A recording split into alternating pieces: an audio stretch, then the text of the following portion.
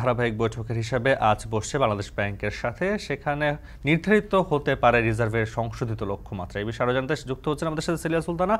সেলিয়া, এই বৈঠকে তো অনেক গুরুত্বপূর্ণ রিজার্ভের সংশোধিত লক্ষ্যমাত্রা ঠিক করার সঙ্গে আগামী কিস্তি পাওয়ার সম্পর্ক আছে কিনা জানাবেন। যদি আইএমএফ এর যে এই সফরের বিষয়টি বলতে হয়, সেক্ষেত্রে কিন্তু প্রথমেই বলতে হয় এই সফরে তারা যে বিভিন্ন বিষয়গুলো নির্ধারণ করেছে, বিশেষ করে অর্থনৈতিক যে মাত্রাগুলো রয়েছে আমাদের বাংলাদেশের জন্য বিভিন্ন খাতে, সে জায়গাগুলো কিন্তু তারা দেখেছেন। একই সঙ্গে তারা গত যে কিস্তিগুলো দেওয়ার আগে যে শর্তগুলো রেখেছিলেন, সে শর্তগুলো কতটা কি পূরণ হয়েছে সেই বিষয়গুলো কিন্তু পর্যালোচনা করেছেন। এবং তারই প্রেক্ষিতে আজ কিন্তু প্রায় বলা যেতে পারে আগামীকাল তাদের অর্থ প্রতিমন্ত্রীর সাথে শেষ বৈঠকটি অনুষ্ঠিত হবে অর্থ মন্ত্রণালয়ে, এবং তার আগে বাংলাদেশ ব্যাংকের গভর্নরের সাথে কিন্তু বৈঠক অনুষ্ঠিত হচ্ছে আজ দুপুরে। কিন্তু এই বৈঠকে এরই মধ্যে কিন্তু আইএমএফ এর যে প্রতিনিধিরা আছেন, যারা এই সফরে এসেছেন, তারা কিন্তু প্রত্যেকেই এখানে উপস্থিত হয়েছেন এবং এখন পর্যন্ত কিন্তু বৈঠক চলছে।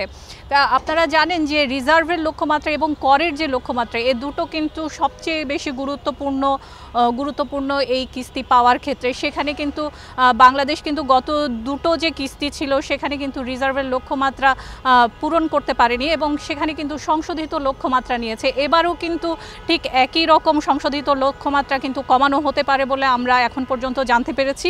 সেখানে যদি আপনাদেরকে জানাতে চাই যে রিজার্ভে তারা যে বিষয়টি বলছে যে 30 জুন পর্যন্ত বাংলাদেশের যে প্রকৃত যে রিজার্ভ, সেটি থাকতে হবে $20.11 বিলিয়ন।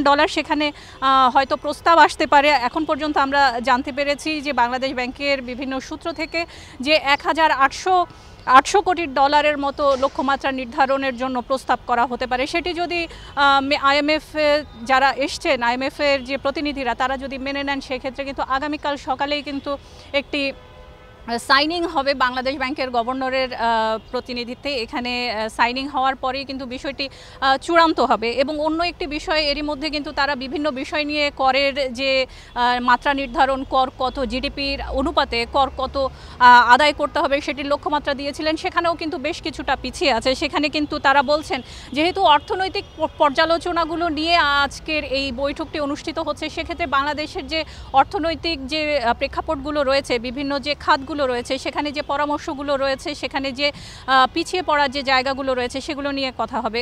এবং একই সঙ্গে কিন্তু রিজার্ভের পাশাপাশি যে সুদের হার, বাজারের উপর ছেড়ে দেওয়ার বিষয়, সুদের হার, ক্রলিং পেগ এবং অন্যান্য যে বিষয়, বিশেষ করে বৈদেশিক মুদ্রার যে বিনিময় হার নির্ধারণ, সেগুলো কিন্তু বাজার ভিত্তিক করার প্রস্তাব কিন্তু তারা আগে থেকেই করছেন। এছাড়া যে বিষয়গুলো রয়েছে, যেগুলো জনসম্মুখে প্রকাশ করা এবং যারা ঋণ খেলাপির যে বিষয়গুলো রয়েছে, সেগুলো সবার সামনে উন্মুক্ত করা, সে তথ্য প্রকাশ করা, এই বিষয়গুলো যেমন থাকবে, ঠিক একই সঙ্গে অর্থ পাচার রোধে কী ধরনের ব্যবস্থাপনাগুলো আসছে সেটিও থাকবে। এক্ষেত্রে কিন্তু গত অর্থ বছরের তুলনায় যদিও এবার রাজস্ব আদায় করের ক্ষেত্রে 15% বেশি হয়েছে, সেখানেও কিন্তু এবার 3,80,000 কোটি টাকার মতো নতুন করে সংশোধিত প্রস্তাব করা হতে পারে। সেক্ষেত্রে তারা বলছেন যে লক্ষ্যমাত্রা আসলে দেওয়া হয়েছে আইএমএফ এর পক্ষ থেকে সামনের জুন পর্যন্ত, সেটি হয়তো এই গত 9 মাসের যে জায়গাগুলো রয়েছে, যেভাবে আদায়ের যে সুযোগগুলো রয়েছে, সেটি হয়তো পূরণ করা সম্ভব হবে না। সেই জায়গায় হয়তো 3,80,000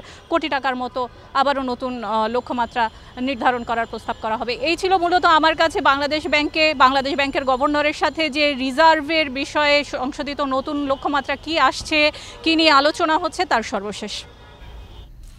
বাংলাদেশ ব্যাংকে আইএমএফ এর প্রতিনিধি দলের বৈঠকের বিস্তারিত জানাচ্ছিলেন সহকর্মী সেলিয়া সুলতানা।